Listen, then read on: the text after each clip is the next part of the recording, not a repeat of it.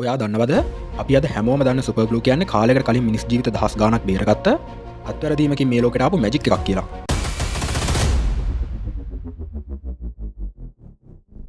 සමහරක් විට ඔයා මේ කතාව කලින් අහලා ඇති. එහෙම නැත්නම් ඔයා මේක අහන්න ඕනි කතාවක්. 1942 දෙවන ලෝක යුද්ධ කාලයේ ඇමරිකානු විද්‍යාත්මයෙක් වුණ ඩොක්ටර් හැරි ක්‍රූවර් ගුවන් යාන ආවිවලට භාවිතා කරන ගන් සයිට් සඳහා පැහැදිලි ප්ලාස්ටික් ලෙන්ස් එකක් හදන්න උත්සාහ කරමින් හිටියා. මෙන්න මේකදී වෙච්ච අත්වැරදීමකින් සයනෝඇක්‍රියේට් කියලා ද්‍රව්‍යයක් මෙයාට හම්බෙනවා. මෙන්න මේ ද්‍රව්‍ය හැම දෙයක් එක්කම ඇලවෙන කරදරකාරී ද්‍රව්‍යයක් විදිහට දැකපු ඩොක්ටර් හැරි මේක වැඩ කර නැති ද්‍රව්‍යයක් විදිහට ඉවත් කරලා එයාගේ පරීක්ෂණ දිගටම කරගෙන යනවා. මේ සිද්ධිය වෙලා හරියටම අවුරුදු 9කට පස්සේ 1951 දී ඩොක්ටර් හැරි මේ අමුතු ද්‍රව්‍ය නැවත පරීක්ෂා කරනවා.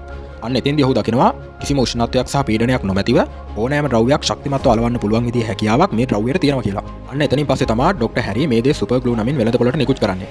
එදත් අද වගේම මේවා මුලින්ම පාවිච්චි කළේ එදිනදා ජීවිතයේදී හම්බෙන කැඩුණු බිඳුණු දේවල් ශක්තිමත්ව අලව ගන්න.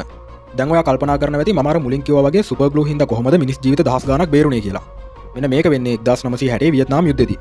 යුද්ධයේ හින්දා වෙඩි වැදුණු සෙබළෝ නිසි ප්‍රතිකාර සඳහා රැගෙන යන තෙක් තුවාල වලින් රුධිරයේ ගැලීම වළක්වා ගන්න යුද පිටියේදී සුපර් ග්ලූ තුවාල වල පාවිච්චි කරා කියලා සඳහන් වෙනවා. මෙන්න මේ විදිහට තමයි සුපර් ග්ලූ යුද පිටියේදී මිනිස් ජීවිත දහස් ගාණක් බේරගත්තේ.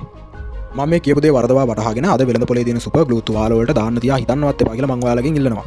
මොකද ඒ සඳහා විශේෂිත වූ ආරක්ෂිත ගම් විශේෂයක් නූතන වෛද්‍ය විද්‍යාවේදී වෛද්‍යවරුන් පාවිච්චි කරනවා. එදා වැරදීමක් කියලා ඉවත් කරපු දේ අද ලෝකයක් වෙනස් කරන දෙයක් බවට පත් වෙලා. අද ඔයා අතින් සිද්ධ වෙන අත්වැරද්දක් සමහරක් විට හෙට ලෝකය වෙනස් කරන නව සොයා ගැනීමක් වෙන්න පුළුවන්. වීඩියෝ එක හොඳයි කියලා හිතනවා නම් වීඩියෝ එකට ලයික් එකක් දාලා ඔයාගේ යාළුවෙක්ට බලන්න ෂෙයා කරගෙන යන්න අමතක කරන්නත් එපා.